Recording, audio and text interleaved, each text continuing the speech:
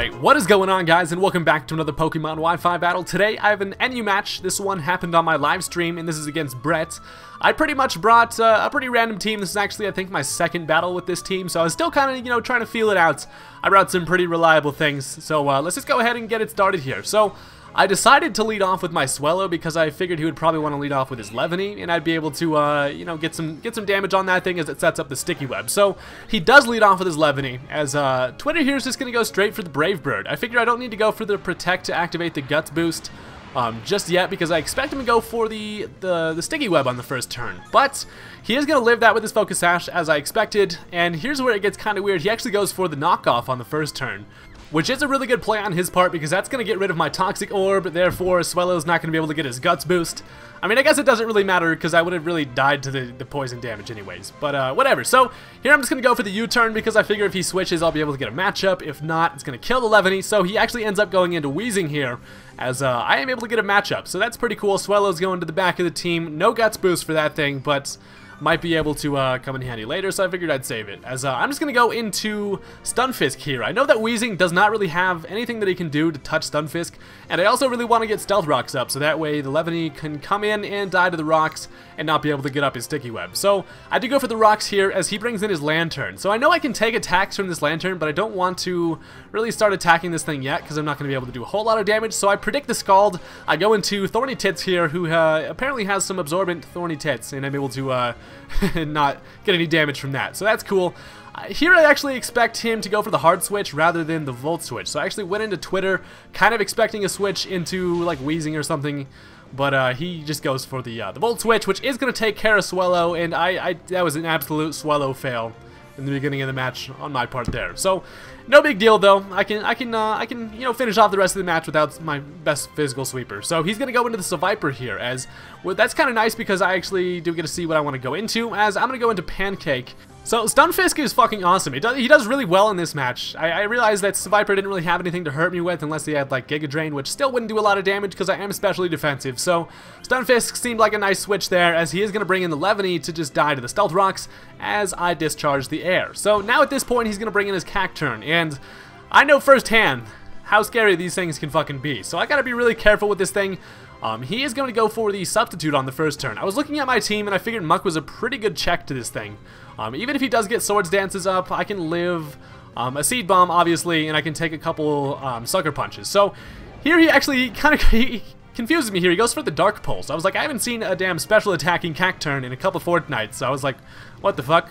But that's not all that bad for Muck, considering I am pretty specially defensive, and I don't know what other special attacks Cacturn even gets, but yeah, so I go for the Poison Jab that is going to take care of the Substitute, which is nice, and I'm just going to kind of stay in here and just see what he wants to go for, as he is going to switch. I believe he goes to the Wheezing. Yeah, he goes to the Wheezing, and this fucking Poison Bastard was a real trouble to my team. Honestly, the only really thing I have against this is my Pyroar, so I need to get the matchup with my Pyroar against this thing. A lot of my physical attackers obviously can't touch this thing.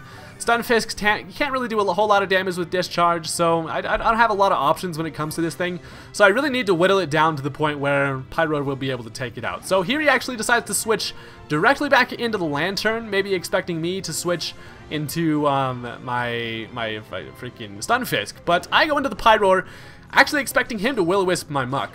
So that doesn't happen. Now I'm sitting here with a pretty bad matchup, but I believe that he's going to expect me to switch out. Seeing how terrible this matchup is, there's no way he's going to believe I'm going to stay in. So I actually do end up staying in. I go for the Hyper Voice just to get some damage on this thing, as it does a nice chunk, and just as I expected, he does overpredict and goes for the Volt Switch, thinking I was going to, switch out. So that's really awesome. Pyroar is able to take that, and now he's going to switch into his Viper. So I don't really know what he wants to do with this Viper. I'm also pretty unsure if Hyper Voice is going to kill, so I decided to save Pyroar. It's kind of my win condition, seeing as I don't really have a whole lot to touch that Wheezing on his side of the field. So I decided to save Pyroar for later. I'm going to go into Muck here because I know that I can take pretty much any attacks the Viper wants to throw at me very nicely.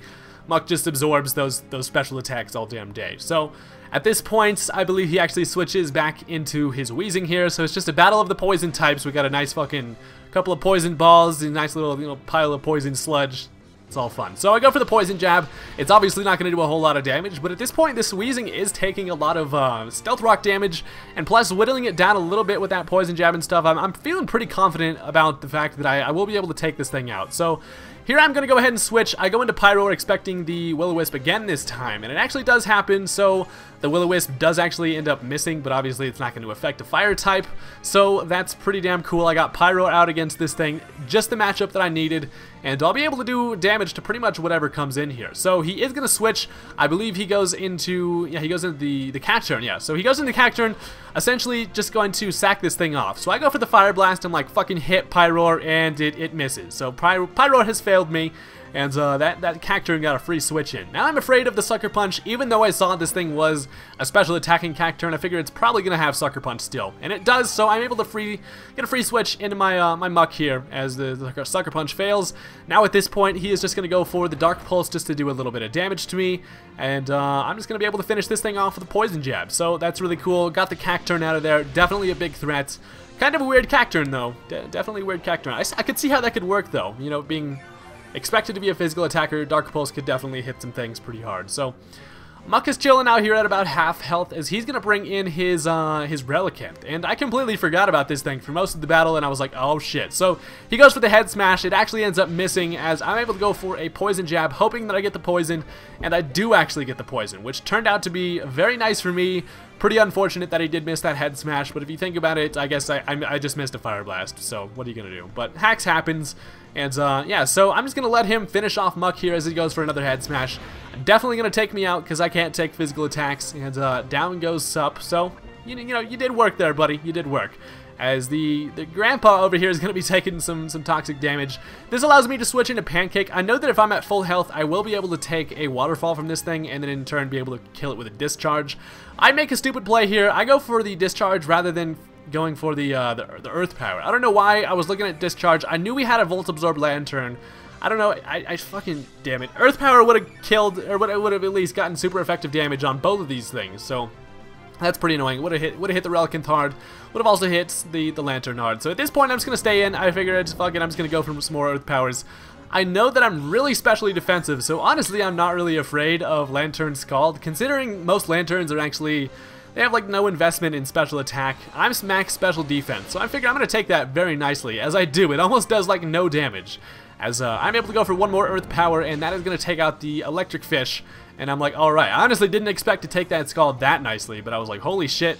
People be sleeping on freaking Stunfisk. I'm telling you, he's ugly, so nobody wants to use him, but he's fucking amazing. Like, I'm on your side, Pancake. Don't worry, I love you, Pancake. Anyways, now he's going to switch in the Relicanth. I know that he probably has Waterfall or Earthquake or something along the lines of that, which would be able to take me out.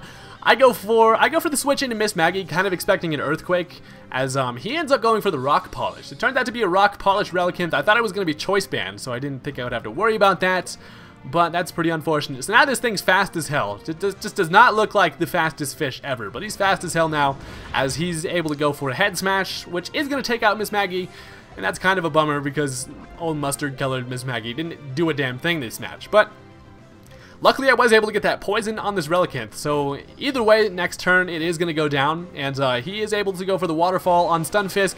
Surprisingly, I actually end up living this, and Pancake is just the MVP of this match, as I'm able to go for a Discharge. It is going to take out the Relicanth, and that is awesome. I still have Pyro in the back for the Weezing.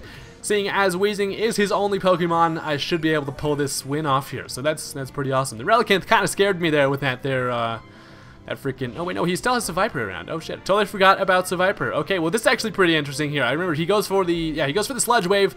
I am able to live that because I'm specially defensive as tits, and I live it with 3 HP and go for an Earth Power. So that's just one more thing Stunfisk was able to do this match. Just takes out the Seviper. Now at this point, his only Pokemon is the Weezing. So, okay, so yeah, I completely forgot about that Seviper. So, I fucking love me some Stunfisk. This thing is amazing. There's so many different things you can do with it. It's so bulky. He's flat as hell, but I don't discriminate. Anyways, so he brings in the Weezing here. He is able to finish me off with a Flamethrower, and surprisingly, that actually ends up killing me. I thought it would be really funny if Pancake was able to live that, but I do go down triumphantly. He did some damn work this match, bro.